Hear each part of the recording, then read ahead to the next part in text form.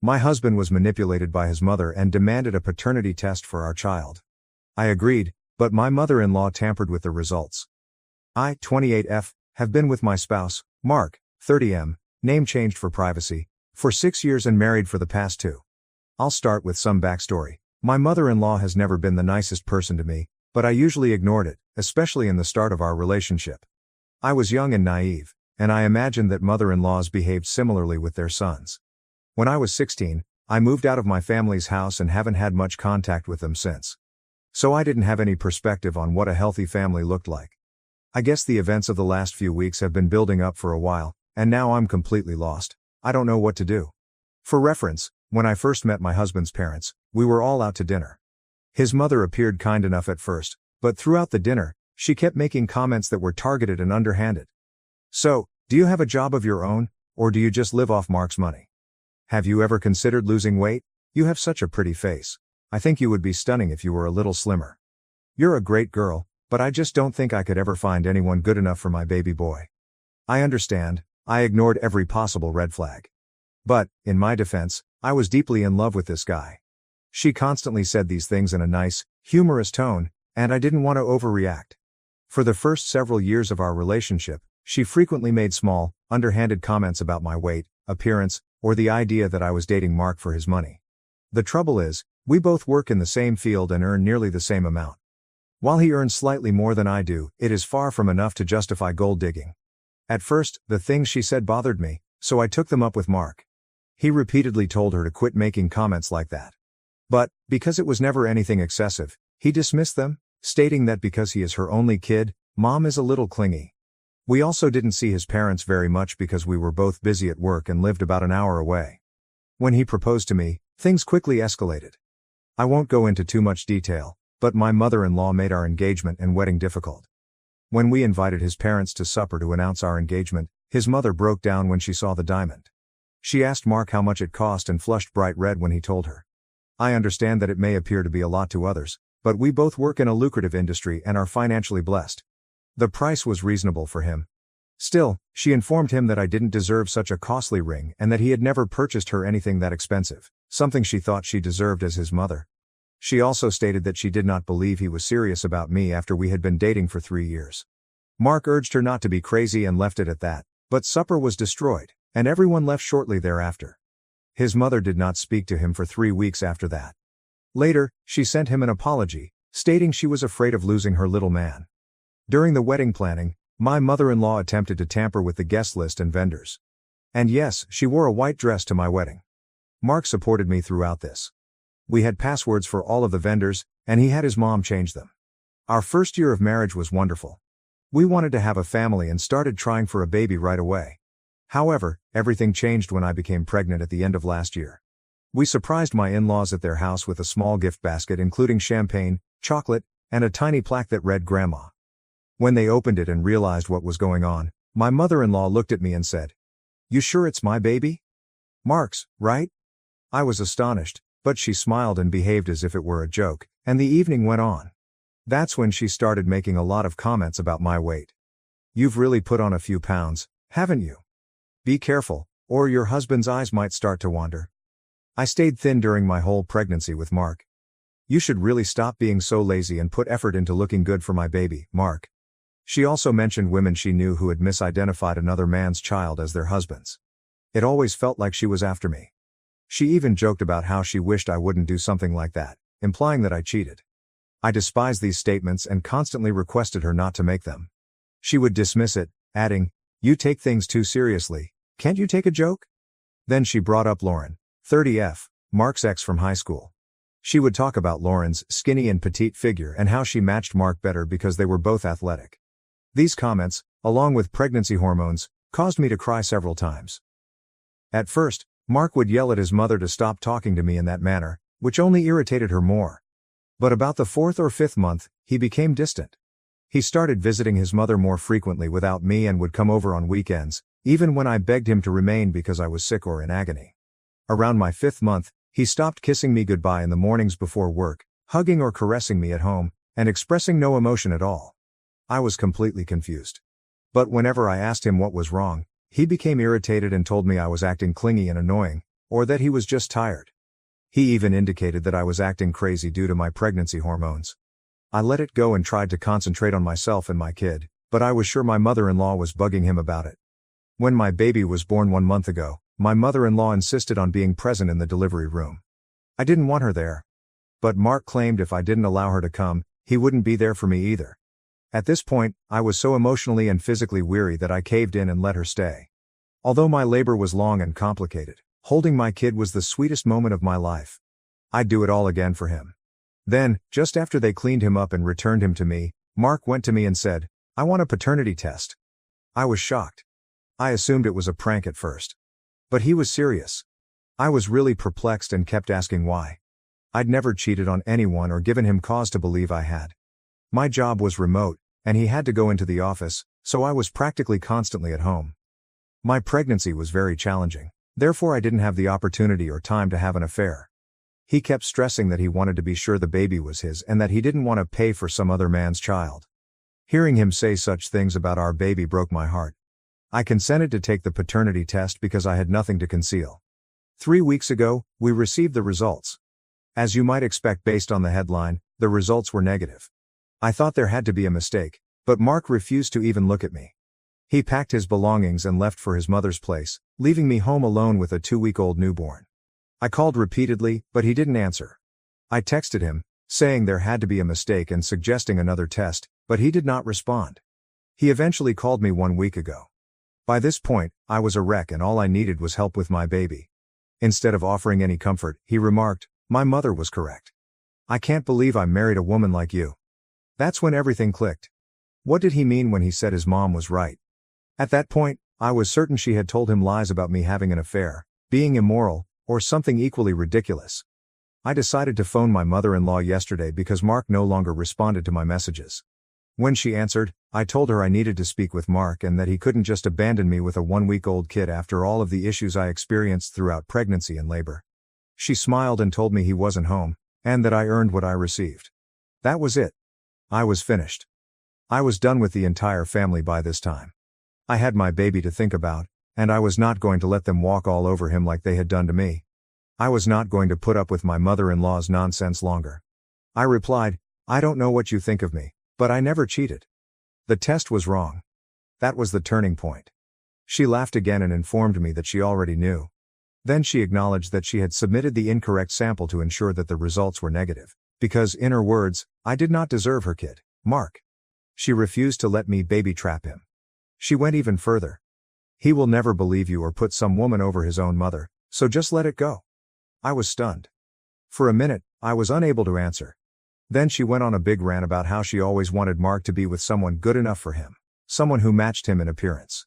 She mentioned Lauren again, stating how much she missed her and how Mark should recognize that she was the one he was meant to be with. The paternity test was simply a ploy to encourage him to leave me so she could find him a suitable companion. I hung up. Since then, I've been numb. I can't believe a real grown-up would act like this. That gets me to where I am now. I texted Mark right after and told him what she had said. I advised him to ask her himself. I'm not sure where to proceed from here. Should I have another paternity test? I'm thinking of hiring a lawyer, but I don't want to make things any more complicated. Should I even take him back if he decides he wants to return? Any advice would be greatly appreciated. Update. One quick update for everyone who asked. First and foremost, thank you to everyone who responded and offered suggestions. I honestly didn't anticipate so many people to see this. I went to bed last night after finishing this post and awoke to 900 comments.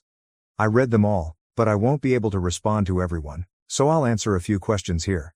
As I mentioned in my essay, I am not connected to my family and have not spoken to my parents in years.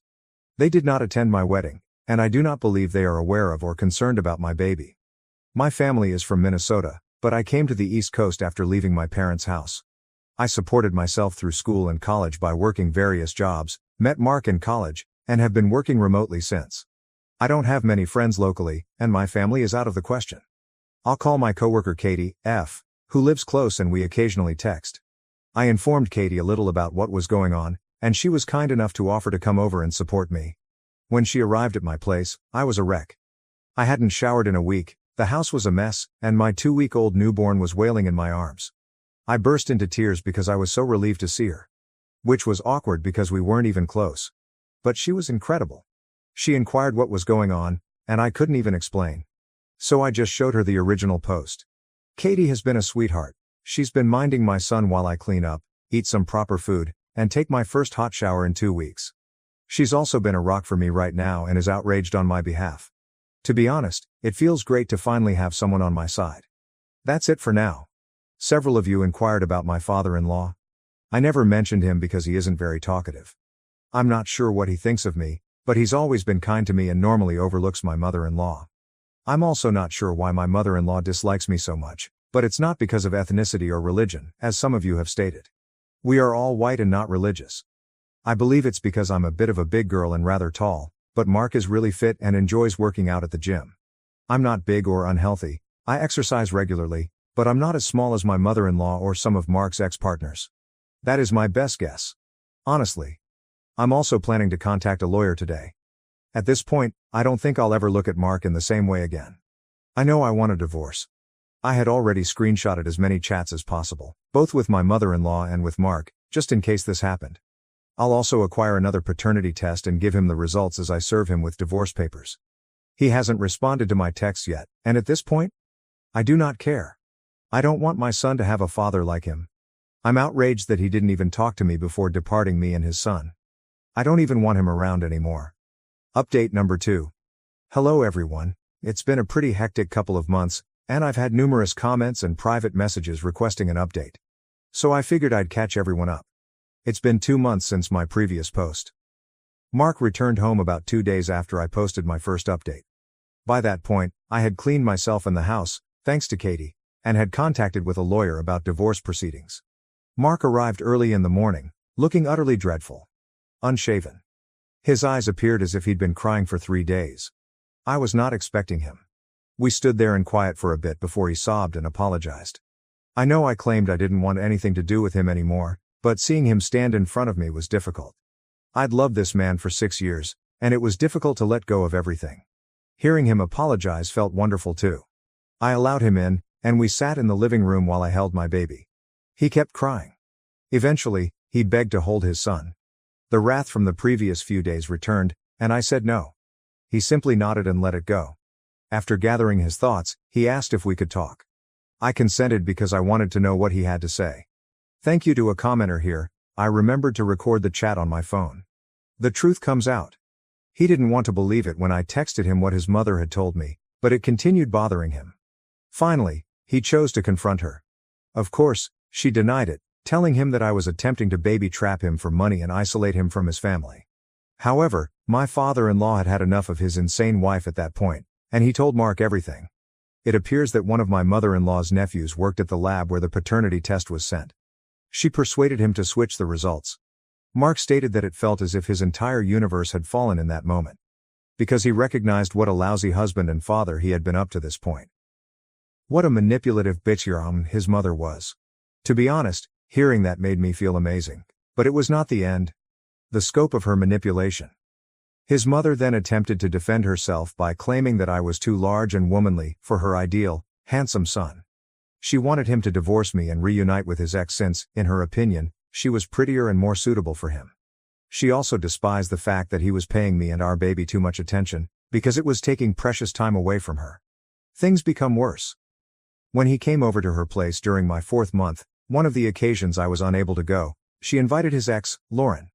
She convinced Mark that I had been aloof and irritated because I was having an affair and forcing him to raise another man's child. Lauren, who was petite and, admittedly, very attractive, flirted with him at every opportunity. And Mark acknowledged falling for his mother's deception. He began seeing Lauren behind my back. Because he enjoyed feeling wanted. As I struggled with my pregnancy, he was the one having the affair. He stated they never slept together, only dated and kissed and such. As if that makes things better. He claimed he called it off the week before I went into labor due to remorse. Then, after telling me everything, he pleaded for forgiveness. He stated that he will go to any length to resolve the situation. That if it came to it, he would remove his mother from our life for good. And for a brief while, it seemed tempting. I almost gave in. Then I glanced at my son. And I remembered everything he had put me through over the past year. How he never established boundaries with his mother. How he engaged in an affair. How he abandoned me when I was most vulnerable. I informed him that with everything that had happened during my pregnancy and after our son was born, it simply wasn't feasible. I no longer saw him the same way, and I had lost trust in him. He cried some more before agreeing to arrange a motel nearby. I also informed him I wanted to take a true paternity test again. He protested, but I insisted. So the test was scheduled for the very next day, the results and divorce. 2 weeks later, the results were returned. Wouldn't you know it? He's the father? Cue more crying from him. Is it awful that I felt vindicated? Last week, the divorce papers were finally drafted, and I served him. After 2 months of agony, he was a wreck and attempted to recommend couples counseling before making any major decisions. But I was really done with him. I requested a 50-50 asset distribution and primary custody, which my lawyer believes will be readily granted given the facts I have of Mark's behavior toward our baby. Mark will get supervised visits on weekends, and his mother will not be permitted around my child. Mark stated that he will not challenge me on the terms, out of guilt. And honestly, rightly so. Father-in-law steps in. My father-in-law contacted me the day Mark was served to apologize for not stepping in sooner. I forgive him. From what I've heard, he's always been a laid-back man, and Mark has also stated that he is likely to leave his wife. What about my mother-in-law? I don't know anything about her anymore. She's been blocked since the day Mark arrived at my door. Moving forward, I'll be moving out of our flat. While I am heartbroken and overwhelmed by how my marriage ended, I am also hopeful for the future. So that's what's been going on recently. I probably won't update for a bit. It's time to focus on myself and my son. I'd simply like to thank everyone who offered advice and support. I'm quite appreciative. I probably wouldn't have gotten this far without it. Update 3. Wow, I had forgotten about this account. It's been a year since my previous post. I deleted Reddit off my phone and sort of forgot about it. This will be a brief update for those who wish to know. Current situation. My divorce is set to be finalized next month. Mark abruptly decided that he no longer wanted to give me majority custody or supervised visits, so the proceedings took a while. But my attorney was a beast. With the tapes I have of his admission regarding his behavior throughout and after my pregnancy, I have a good chance of getting what I want. My baby is now 14 months old and the loveliest little boy. We moved across the state to a charming little apartment. Thanks to my job, I can spend most of my time with him. I've also begun going out more and joined a book club, so I've definitely met some new people here. The divorce, relocation, and attempting to raise my son on my own have all been difficult.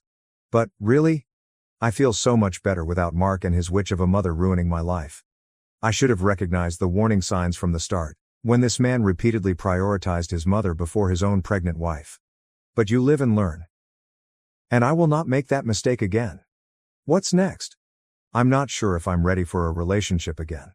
But, for the time being, all I want to do is be as present as possible with my son. I don't think I'll be updating again, but I'd like to add that I'm in a much better place than I was last year.